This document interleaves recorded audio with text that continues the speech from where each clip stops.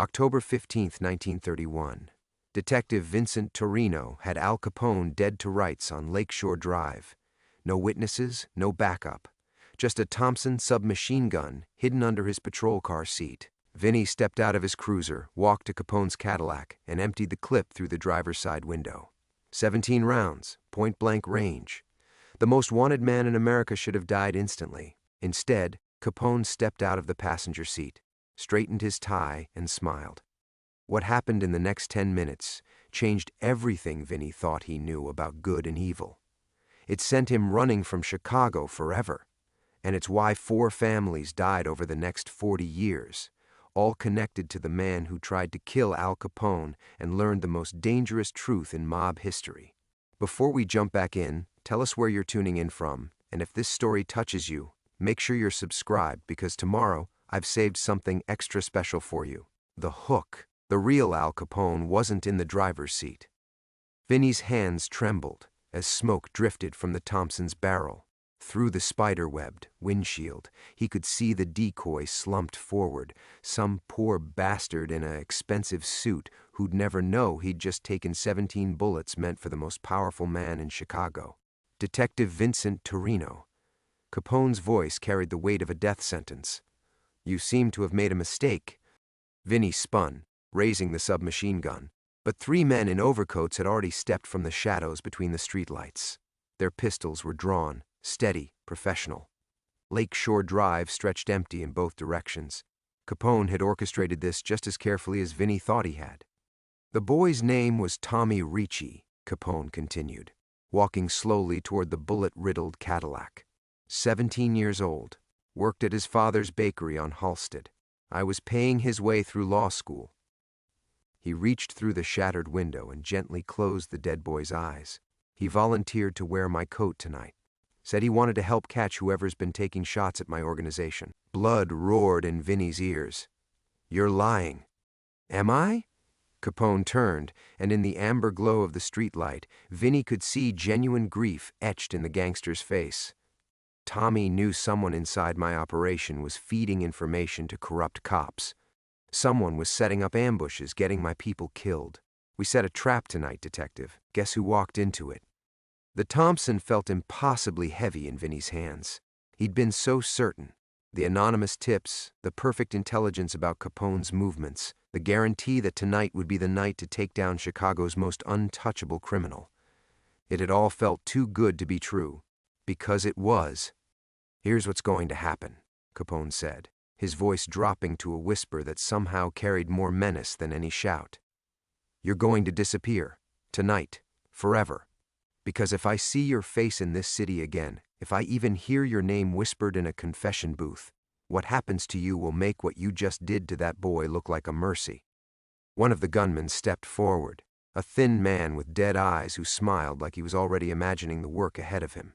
"Boss, we should handle this here. Clean." Capone held up a hand. "Detective Torino is going to live with what he's done. Every morning when he wakes up, every night when he tries to sleep, he'll see Tommy's face. Won't you, Detective?" Vinny's mouth moved, but no words came. The anonymous tips, the inside information. Someone had played him like a violin, and an innocent kid was dead because of it. "The real question," Capone continued, lighting a cigarette with steady hands, "is who wanted you to kill me badly enough to sacrifice that boy's life? Who's been feeding you information? Because whoever set this up, they're the ones with blood on their hands. You're just the gun they pointed." I don't know." The words tasted like ashes. The tips came through the precinct. Anonymous calls. Evidence left in my locker. Names. Detective. Lieutenant Morrison handled most of it. Said he had a reliable informant, someone high up in your organization who wanted out. Vinny's voice cracked. He said this was our chance to end it all. Capone exchanged glances with his men. The thin gunman whispered something that made Capone's expression darken further. "Morrison," Capone nodded slowly. "That explains a few things. Tell me, Detective, did your lieutenant happen to mention that 3 of my legitimate businesses were robbed this week? That 4 families under my protection had their children threatened? That someone's been systematically destroying everything I've built that doesn't involve violence?" Vinny stared. In all his research, all his surveillance, He'd never heard about Capone protecting anyone. The newspapers painted him as a monster, pure and simple. "You really don't know, do you?" Capone seemed almost amused. "You think I'm just some thug with a machine gun. You have no idea what really happens in this city after dark. Who keeps the real monsters at bay?" The distant sound of sirens began to wail across the lake. "Your ride's coming," Capone said, "but they're not here to rescue you, Detective. Morrison's cleanup crew will make sure you disappear permanently, and Tommy's murder gets pinned on gang violence. Neat and tidy." Vinny's blood turned to ice. The sirens were getting closer, but now they sounded like a funeral dirge. "I'm going to give you a gift," Capone continued. "A head start. Run, Detective. Run far and fast and never look back. Because Morrison's organization has a long reach, and they don't leave loose ends." "What organization?" Morrison's just the face you can see. But you've stumbled into something much bigger than crooked cops and bootleg whiskey." Capone dropped his cigarette and crushed it under his heel. "You want to live? Forget everything you think you know about who the real criminals are in this city." The sirens screamed closer. The sirens shrieked through the October night as Vinny's legs finally remembered how to move. He stumbled backward, the Thompson clattering to the asphalt as Capone's words echoed in his skull, "Run far and fast and never look back."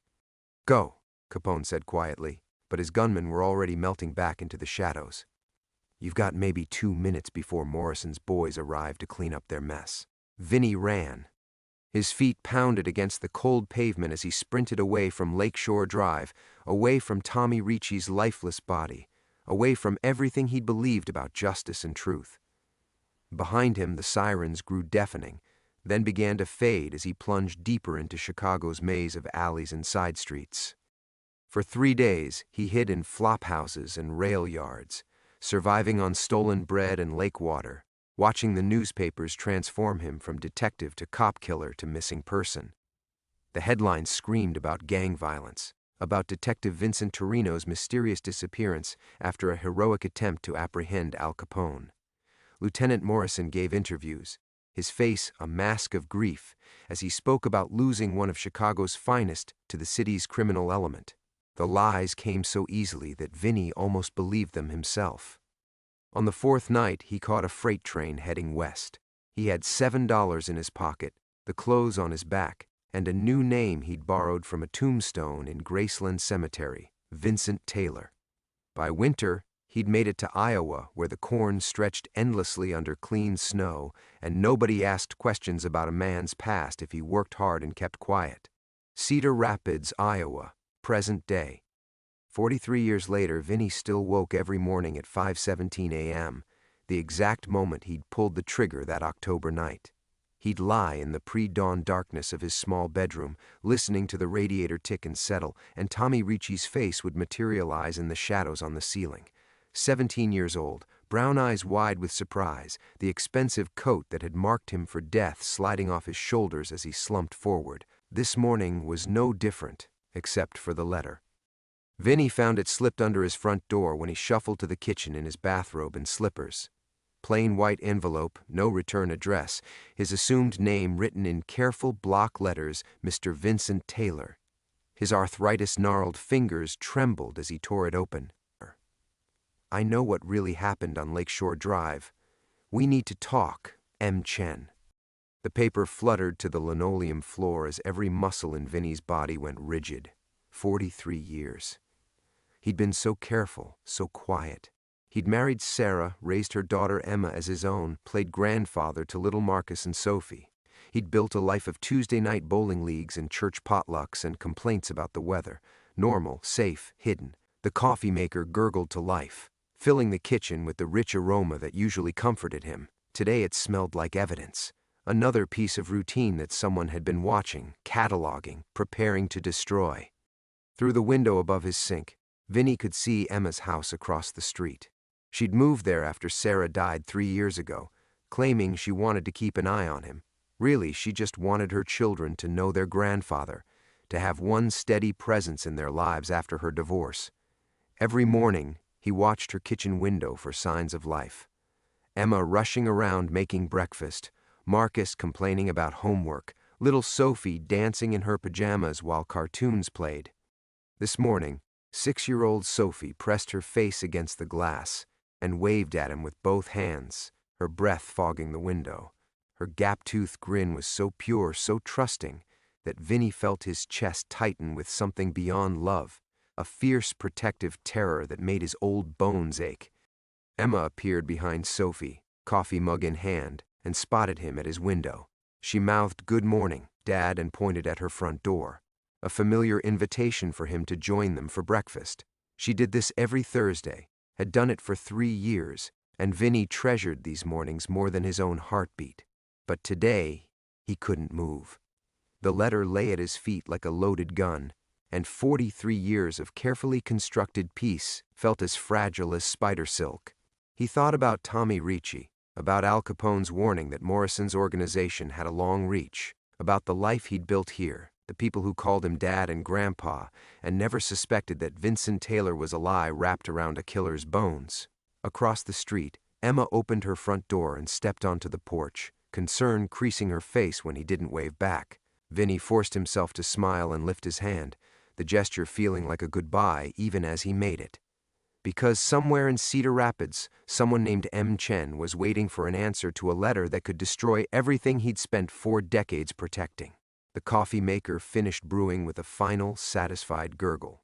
Outside, another ordinary Thursday morning began.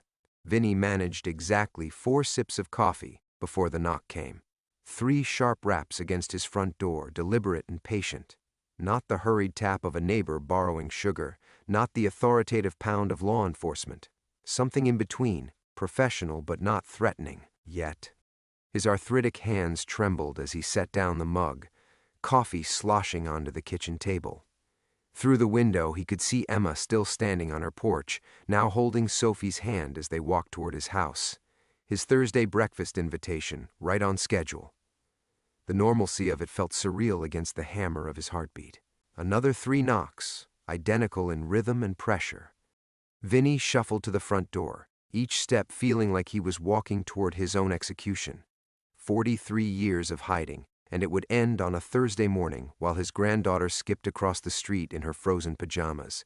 He pressed his eye to the peephole, expecting to see Lieutenant Morrison's ghost or one of Capone's thin-smiled gunmen, somehow preserved by violence and vengeance. Instead, he saw a young Asian woman in a navy peacoat, maybe 30 years old, holding a leather messenger bag and checking something on her phone. She had kind eyes behind wire-rimmed glasses and the patient posture of someone accustomed to waiting for reluctant answers. "Mr. Taylor?" Her voice carried through the door, professionally warm but not intrusive. "My name is Michelle Chen. I left you a letter earlier." Vinny's mouth went desert dry. She looked nothing like his nightmares. No gun, no dead eyes, no connection to the Chicago streets that had tried to swallow him whole. But the letter had known his assumed name, had known about Lakeshore Drive. That knowledge could only come from one place. "I'm not interested in whatever you're selling," he called through the door, his voice cracking on the lie. "I'm not selling anything, Mr. Taylor. I'm a podcaster. True crime. I've been researching the Vincent Torino case for 2 years. A pause, then softer.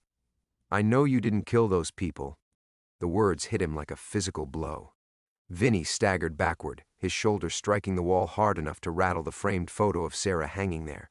Her smile seemed to mock him. "You promised her a clean life, a safe life. You promised her Vincent Taylor was real." "Go away," he whispered. But his legs were already giving out. He slid down the wall until he was sitting on the hardwood floor of his entryway, staring at the door like it might explode. "Mr. Taylor, I understand you're frightened, but the official story never made sense." Chen's voice remained gentle, but now it carried an urgency that made his skin crawl. Detective Vincent Torino wasn't a cop killer. The massacre they blamed you for, the one that left 8 people dead in Little Italy 3 days after Lakeshore Drive, you weren't even in Chicago when it happened. 8 people. Vinny's vision blurred. He'd never heard about 8 people, had never known the exact count of lives destroyed by his failure that night. The newspapers he'd glimpsed while running had only mentioned Tommy Ricci. "Daddy?" Emma's voice drifted through the door. followed by Sophie's higher pitch. "Grandpa, why won't you open the door? The lady seems nice." "God Christ." They were right outside. Vinny could hear Sophie's small feet shuffling on his welcome mat, could picture Emma's protective stance as she sized up the stranger. His family, 2 feet away from the truth that would shatter everything. "Mr. Taylor," Chen continued, and he could hear her turning toward Emma and Sophie. "I know this is difficult, but there are people who've been looking for you for 43 years, not to hurt you, to finish what Lieutenant Morrison started. The real killers are still out there, and they know where you live." The floor seemed to tilt beneath him. Morrison's organization. Capone had warned him they had a long reach, but Vinny had convinced himself that 43 years of silence had been enough, that Vincent Taylor's quiet life in Iowa had buried Vincent Torino's sins deep enough to keep them dead. "Emma," he called out, his voice barely steady. "Take Sophie home. Now." "Dad, are you okay? You sound—" "Take her home." The words came out harsher than he'd intended, sharp with 43 years of suppressed terror. Through the door, he heard Sophie's sharp intake of breath, then the sound of Emma's footsteps moving quickly across his porch. "Ma'am," Emma's voice turned cold, addressing Chen. "I don't know what kind of scam you're running, but, Mrs. Patterson, your father is in danger, real danger. And if I found him, others can too." Vinny's blood turned to ice water. She knew Emma's name. She knew everything. The careful life he'd built, brick by brick, morning by morning, Thursday breakfast by Thursday breakfast. It was already gone. Had been gone the moment that letter slipped under his door. He couldn't go back to being Vincent Taylor, grandfather and widower and Tuesday night bowler. The past had finally come home. Through the door, Vinny could hear Emma's sharp intake of breath. "How do you know my name?"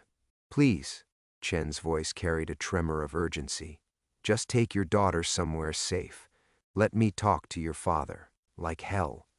Emma's footsteps moved closer to the door. "Dad, I'm calling the police." "No!" The word exploded from Vinny's throat before he could stop it. Police meant questions, official records, computer databases that might flag the name Vincent Taylor and connect it to Vincent Torino. After 43 years of careful anonymity, he couldn't risk— "Daddy?" Sophie's voice, small and confused. "Why is everyone yelling?" Vinny pressed his forehead against the cool hardwood, listening to his granddaughter's innocent question destroy what remained of his composure. He'd spent 6 years teaching Sophie to ride bikes and tie shoes, reading her bedtime stories about brave princesses who saved kingdoms. She knew him as the man who made funny voices during cartoons and always remembered which flavor of ice cream was her favorite. She didn't know she was standing 3 feet away from a killer. "Emma," his voice came out steadier than he felt. "Please, just give me a minute." Through the peephole, he watched Emma's face cycle through confusion, protectiveness, and something that looked uncomfortably like recognition. She'd always been too smart, too observant. Even as a teenager, she'd asked questions about his past that he'd deflected with stories about growing up poor in Ohio. Now she was studying Chen with the same sharp attention she'd once turned on his carefully constructed lies. 5 minutes, Emma said finally. "Then I'm calling someone." Footsteps receded across the porch, but Vinny knew Emma wouldn't go far. She'd position herself somewhere she could watch, somewhere she could intervene if— "Mr. Taylor," Chen said softly, "I need you to listen very carefully. 3 days ago, someone broke into my apartment in Chicago. They didn't take anything, but they left a message. 3 words written in red marker on my bathroom mirror. Stop digging, bitch." Vinny's chest tightened. Red marker. Morrison's men had favored red. Red chalk on doors to mark targets. Red paint splashed across windows as warnings. Capone had mentioned it during those final moments on Lakeshore Drive, how Morrison's organization used red like a signature. "That was my cue to leave the city," Chen continued. "I've been driving for 18 hours straight to reach you before they do. They know I'm close to the truth." "What truth?" The question slipped out before Vinny could stop it. A pause. "Then, that you were a patsy. That Lieutenant Morrison was using you to eliminate witnesses, not criminals. And that Al Capone was trying to stop him." The radiator in the hallway kicked on with a mechanical wheeze that sounded like dying breath. Vinny stared at the door, his mind reeling. Morrison using him? Capone trying to stop? You're lying. But even as he said it, fragments of memory began shifting, reshaping themselves into patterns he'd spent 43 years refusing to see. The anonymous tips that were always perfectly timed, the evidence that appeared in his locker like gifts from an informant who never asked for anything in return. Morrison's face when Vinny reported back, satisfaction disguised as professional interest. The night you shot Tommy Ricci, Chen said, you weren't interrupting a criminal operation. You were interrupting a meeting between Capone and federal agents. Tommy was wearing Capone's coat because they'd received word about an assassination attempt. Capone was trying to turn state's evidence. No. Vinny shook his head violently. Capone was a killer, a bootlegger. He was many things, but that night, he was also the only thing standing between Morrison's organization and complete control of Chicago's underground. Chen's voice dropped. When you failed to kill him, they moved to Plan B. The Little Italy massacre 3 days later? That was Morrison's cleanup crew eliminating everyone who could testify about the federal cooperation. 8 people, families, children maybe, all dead because Vinny had trusted the wrong man, because he'd been so eager to be the hero that he'd become the perfect weapon. Across the street, he could see Emma standing in her front yard, Sophie beside her, both of them watching his house with expressions of growing alarm. His daughter held her phone in one hand, thumb hovering over the screen. One call to 911, and Vincent Taylor's quiet life would explode in a shower of questions he couldn't answer. They've been watching you, Chen said, Morrison's people, waiting to see if you remembered anything useful, if you'd become a liability. My investigation stirred up interest, made them nervous. Vinny closed his eyes, but instead of darkness, he saw Tommy Ricci's face. 17 years old and trying to save his city by wearing a dead man's coat. What do you want? He whispered. To finish what you started 43 years ago, Chen replied. To stop the people who turned you into a killer and let you live with the guilt. Outside, Sophie tugged on Emma's jacket, asking questions in her high, clear voice. The truth was coming for all of them. Vinny opened the door. The decision happened without conscious thought, his hand moving to the deadbolt as if controlled by someone else. 43 years of hiding, and it ended with a simple twist of his wrist. Chen looked smaller in person, more fragile than her voice had suggested. The messenger bag across her shoulder bulged with what he assumed were files, evidence, the carefully documented unraveling of Vincent Taylor's life. When she met his eyes, he saw something unexpected. Not the predatory gleam of a journalist hunting a story, but genuine sorrow. Thank you, she said quietly, stepping inside. Vinny closed the door and immediately felt the weight of what he'd done. Emma was still watching from across the street, her phone now pressed to her ear, calling her ex-husband maybe, or her sister in Des Moines, someone who could take Sophie somewhere safe while Emma figured out why her father was entertaining strange women with dangerous knowledge. You look exactly like the old photographs, Chen said, studying his face with clinical interest. The bone structure, the eyes. I've been staring at Detective Vincent Torino's personnel file for 2 years. You haven't changed as much as you think. That man is dead. Vinny's voice came out rougher than intended. Has been for 43 years. His death was greatly exaggerated. Chen opened her bag and withdrew a manila folder thick enough to choke on. Morrison made sure the official reports were buried, but there were witnesses. People who saw you running from Lakeshore Drive. People who watched you catch that westbound freight train. She spread photographs across his kitchen table like tarot cards predicting disaster. Crime scene photos from 1931. Lakeshore Drive slick with October rain. Tommy Ricci's body crumpled beside Capone's Cadillac, blood pooling beneath the expensive coat that had marked him for execution. Vinny's coffee mug sat inches from Tommy's death, the mundane present colliding with the terrible past in a way that made his chest seize. Morrison's organization didn't just survive your failure, Chen continued, laying out more photographs. It thrived.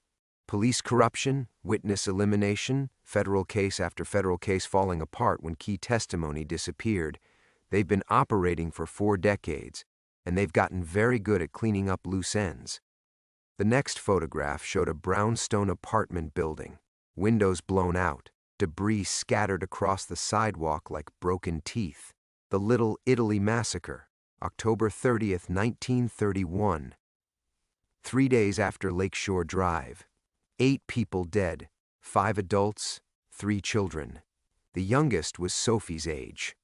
Vinny's legs gave out. He collapsed into his kitchen chair, the same chair where he'd eaten breakfast every morning for 15 years, where he'd helped Marcus with homework and listened to Sophie practice reading.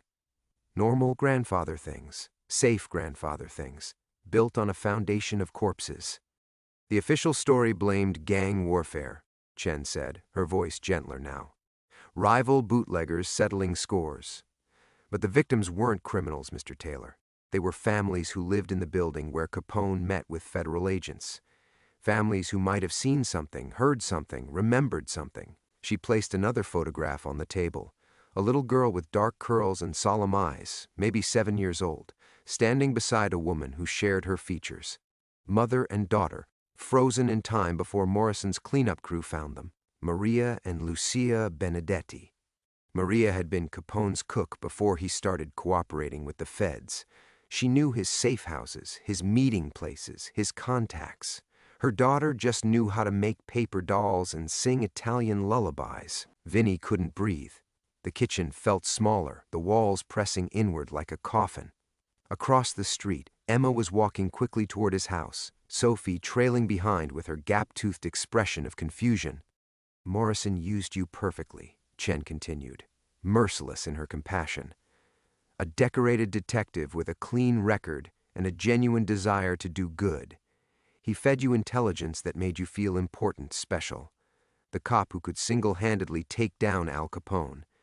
Except the intelligence was designed to put you in the wrong place at the wrong time, armed and dangerous. Stop. The word came out strangled. When you failed to kill Capone, Morrison activated his backup plan. Make the witnesses disappear, frame it as gang violence, and let Detective Vincent Torino become the tragic hero who died trying to bring justice to Chicago. Clean, simple, effective. Emma's footsteps echoed on the porch. The problem is, Chen said, gathering the photographs as Emma's key turned in the lock, Morrison's people are still alive. Still active. And my investigation has convinced them that their perfect patsy might remember something useful after all these years. The door opened, and Emma stepped inside with Sophie clutching her hand. Dad? Emma's voice carried 43 years of trust, of believing Vincent Taylor was exactly who he claimed to be. Who is this woman? What's happening? Vinny looked at his daughter, then at his granddaughter, then at the photographs of Maria and Lucia Benedetti scattered across his kitchen table. The truth was happening. Finally, the silence stretched like a held breath. Sophie's small hand tightened around Emma's fingers as she stared at the photographs spread across the kitchen table, black and white images of strangers from a time before her grandpa was even her grandpa. Dad? Emma's voice had gone very quiet, the way it did when she was trying to control her anger. What are these pictures? Vinny opened his mouth, but no words came. How did you explain 43 years of lies to someone who'd built her entire understanding of you on those lies? How did you tell your daughter that the bedtime stories about growing up poor in Ohio were fiction? That the man she'd trusted to babysit her daughter was a killer? Chen cleared her throat. Mrs. Patterson, perhaps you should sit. Don't. Emma's hand shot out, stopping Chen mid-sentence. Don't tell me what to do in my father's house. But her eyes never left Vinny's face, searching for something that would make this make sense. Dad, who is Detective Vincent Torino? The name hung in the air like smoke. Sophie tugged on Emma's jacket, whispering something about the pretty lady and why everyone looked scared, but Emma's attention was laser-focused on Vinny's face. He was a good man, Vinny said finally, his voice barely audible. He wanted to do the right thing. Was? Emma's face had gone pale. Dad, you're talking about yourself in past tense. Chen gathered the photographs into a neat stack, her movements precise and careful. Mrs. Patterson, your father saved countless lives by walking away from Chicago. Morrison's organization would have used him to kill dozens more innocent people if he'd stayed. Morrison's organization? Emma's voice cracked on the words. What the hell is Morrison's organization? Vinny watched his daughter's world collapse in real time. The small furrow between her eyebrows, the way her free hand gripped the back of his kitchen chair.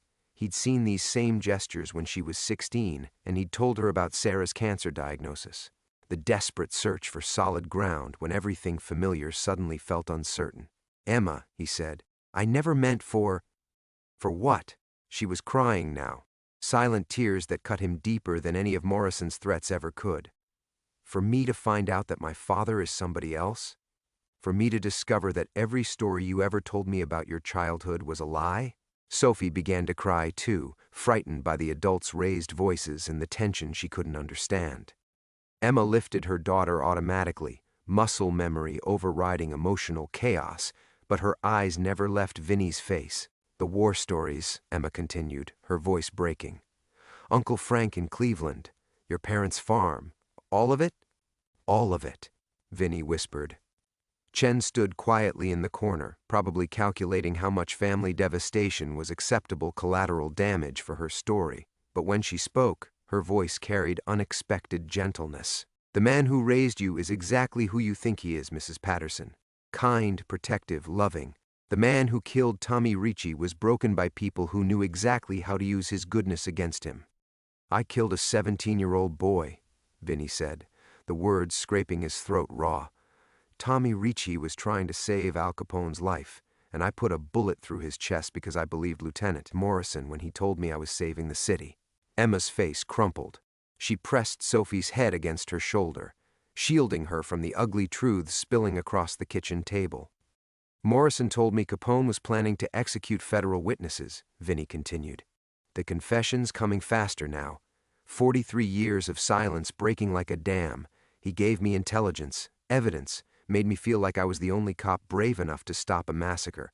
But the massacre I was supposed to prevent, Morrison's people carried it out 3 days later. The children in the photographs," Emma's voice was barely a whisper, "died because I failed to kill the right target."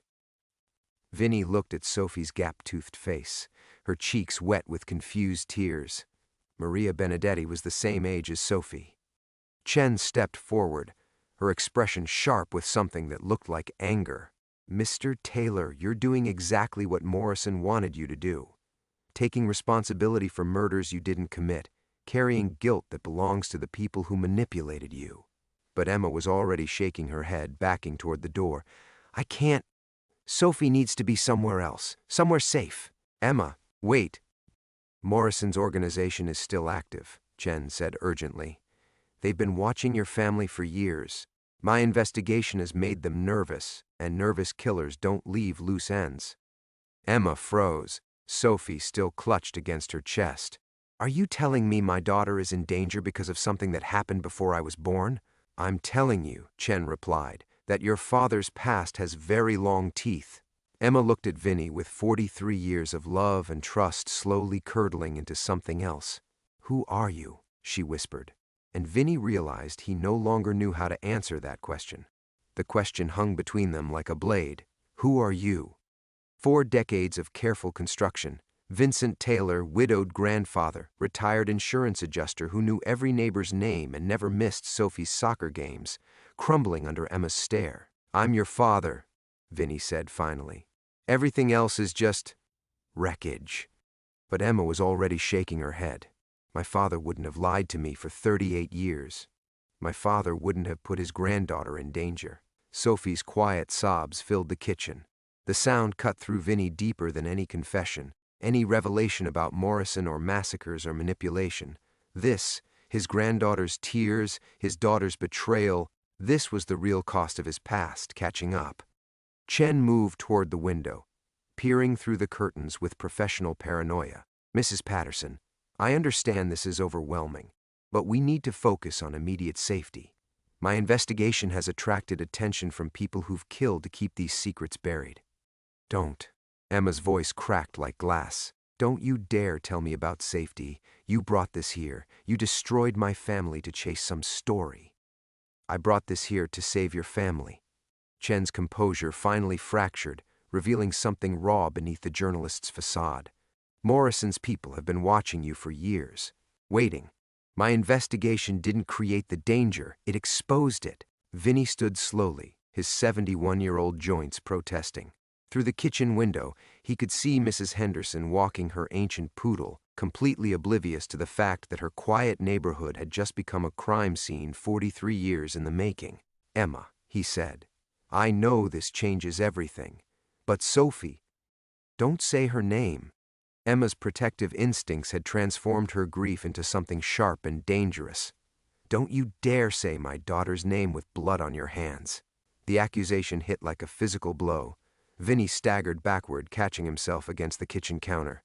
Blood on his hands. Tommy Ricci's blood, Maria Benedetti's blood. 8 innocent people murdered because a broken cop had believed the wrong man.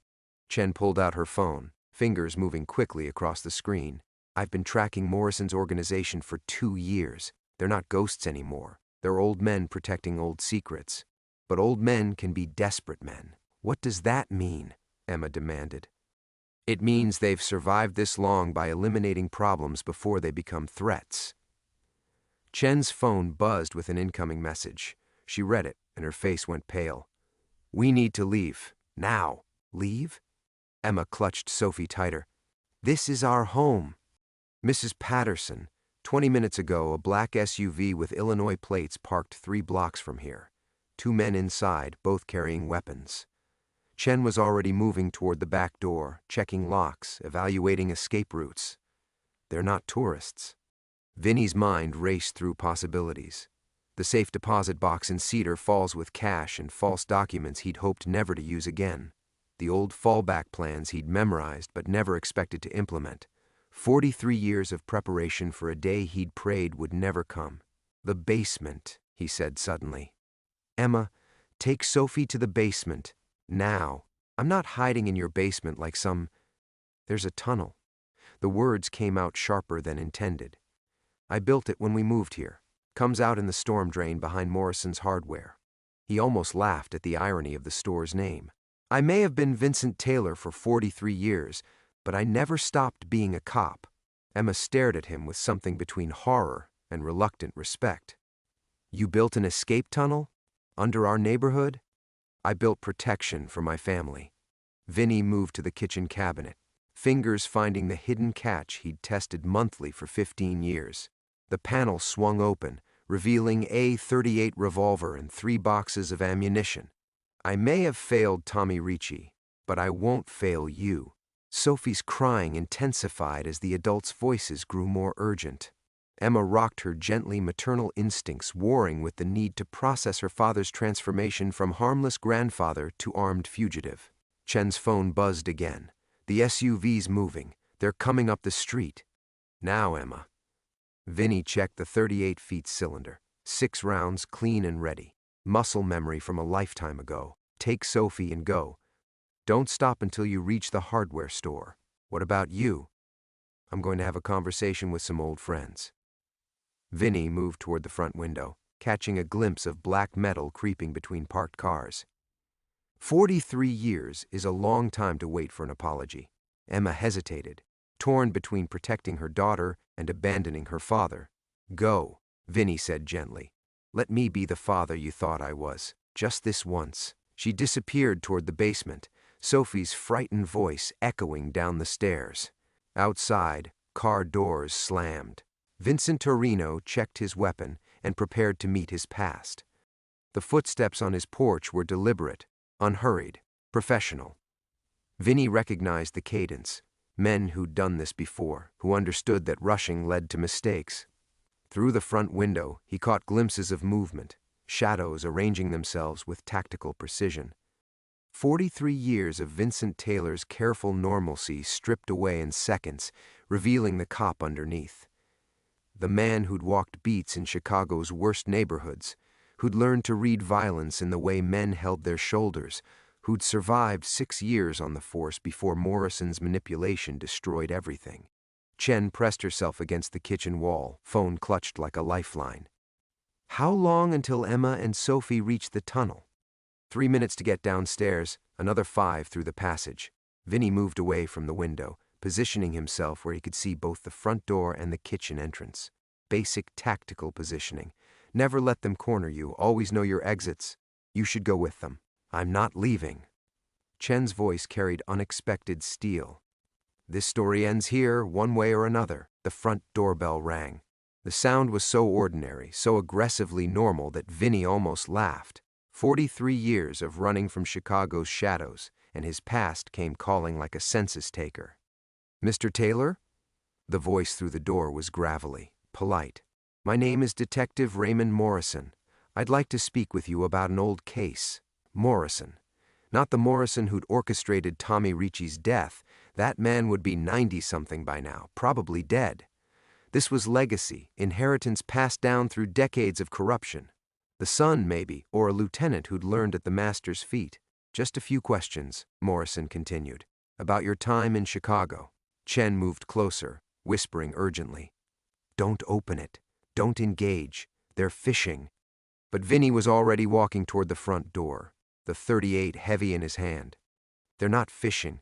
They know exactly who I am." He stopped 3 feet from the door, close enough to be heard clearly. "Vincent Torino died in 1931, Detective. You must have the wrong house." Silence. Then, soft laughter. "Mr. Torino, my grandfather spoke of you often.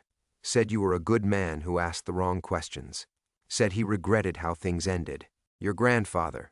Vinny's chest tightened as the pieces fell into place. Not just organizational continuity, family business. Morrison's corruption had been generational, passed down like a trade. He also said you were smart enough to run, but too decent to stay hidden forever. Morrison's voice moved closer to the door. "Family men don't abandon family even when they should." The threat was velvet-wrapped, but unmistakable. Emma and Sophie, obvious targets if Vincent Torino proved uncooperative. Chen grabbed his arm. "Don't let him manipulate you. That's what they do. Use your goodness against you." But Vinny was remembering Tommy Ricci's face, the surprise in the boy's eyes as he collapsed beside Capone's Cadillac. 17 years old, trying to protect a man everyone else wanted dead, and Vincent Torino had put a bullet through his chest because he'd believed the wrong person. "What do you want?" Vinny called through the door. "Just conversation. You've lived with questions for 43 years. I have answers. Your grandfather had answers too. They came with 8 corpses." Another pause. When Morrison spoke again, his voice had lost its careful politeness. "My grandfather died protecting this city from federal interference. Your investigation threatens to undo decades of careful work." Chen's investigation, of course. She'd stirred up enough mud to make Morrison's heirs nervous, and nervous criminals made mistakes. Or eliminated problems. Vinny looked toward the basement door, calculating time. Emma and Sophie should be in the tunnel now, crawling through the passage he'd built with his own hands during those first paranoid years in Cedar Rapids. Safe, at least temporarily. "The Little Italy massacre," Vinny said. "Maria Benedetti and her daughter. Were those your grandfather's answers too? Collateral damage in a larger war." Morrison's voice had turned cold. "You were supposed to eliminate Capone and disappear. Clean, simple. Instead, you created complications." The casual dismissal of an 8-year-old girl's murder crystallized something in Vinny's chest. Not just guilt anymore, but rage.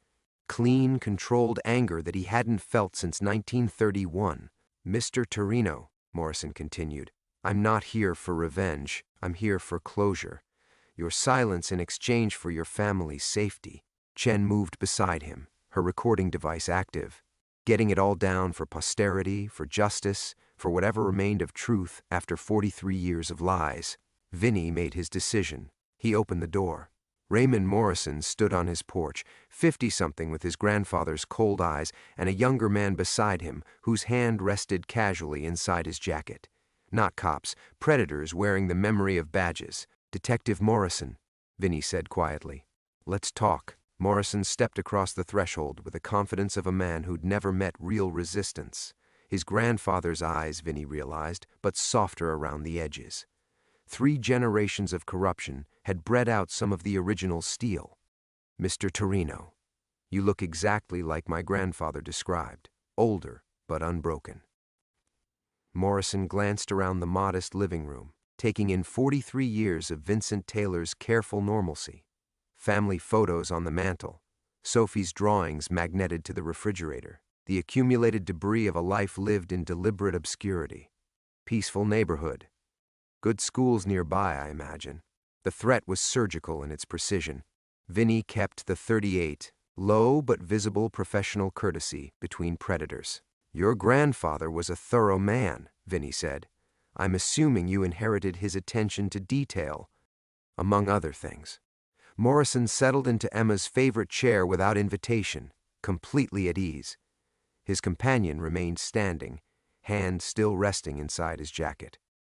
The organization has evolved since 1931, Mr. Torino. We're businessmen now, not soldiers. Less dramatic, more sustainable.